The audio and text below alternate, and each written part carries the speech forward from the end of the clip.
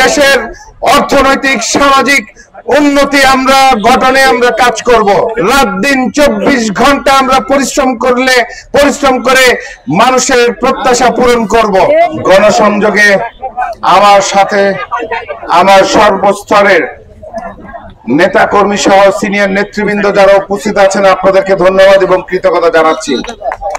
সংগ্রামী নেতৃবৃন্দ, আমাদের এলাকার মানুষের প্রত্যেকটি ঘরে ঘরে যেতে হবে। দেশনেত্রী বেগম খালেদা জিয়া, বিএনপির ভারপ্রাপ্ত চেয়ারম্যান জনাব তারেক রহমান শুধু এলাকার জন্য আমাকে একা মনোনীত করে নাই, এই এলাকার প্রতিটি স্তরের প্রতি নেতা এবং কর্মীগণ সবাই আপনার একে একে ধানের শীষের প্রার্থী। মানুষের ঘরে ঘরে গিয়ে দেশনেত্রী বেগম খালেদা জিয়া, বিএনপির ভারপ্রাপ্ত চেয়ারম্যান জনাব তারেক রহমান এবং এলাকার সাবেক সংসদ সদস্য জনাব সালাউদ্দিন আহমেদের সালাম পৌঁছে দিবেন এবং মানুষের কাছে আপনারা তুলে ধরবেন যে বিএনপি ঘোষিত রাষ্ট্র কাঠামো মেরামতের 31 দফার আলোকে আগামী দিনে আমরা কিভাবে দেশের মানুষের ভবিষ্যৎ এবং দেশের অর্থনৈতিক সামাজিক উন্নতি আমরা গঠনে আমরা কাজ করব। সংগ্রামী নেতৃবৃন্দ, বিগত 18 বছরে রেখে যাওয়া ফ্যাসিস্ট সরকারের সমাজের মধ্যে যে অসঙ্গতি, যেই বিবিধ সমস্যা, আমরা এলাকার মানুষের জন্য দায়বদ্ধতা নিয়ে স্বচ্ছতার সাথে রাত দিন 24 ঘন্টা আমরা পরিশ্রম করে মানুষের প্রত্যাশা পূরণ করব। তাই বসে থাকার কোনো সুযোগ নেই। আমাদের প্রতিপক্ষ যারা আমাদের প্রতিদ্বন্দ্বী হিসাবে নির্বাচন করতে কাজ করছেন, তাদেরকে দুর্বল ভাবার কোনো সুযোগ নেই। আমাদেরকে ঘরে ঘরে যেতে হবে, আমাদের মানুষের কল্যাণে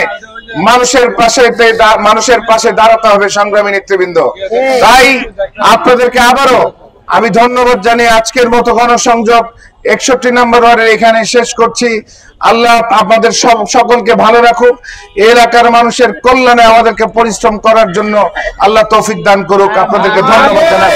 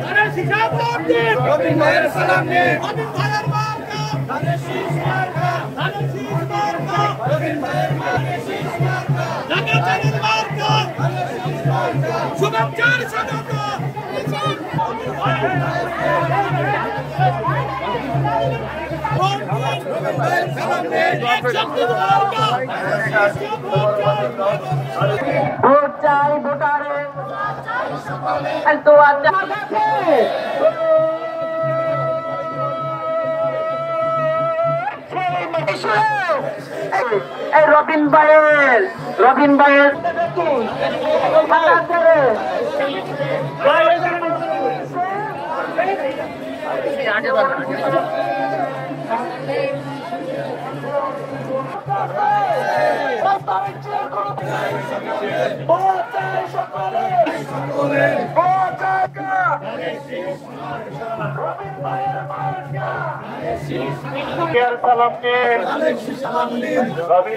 সঙ্গে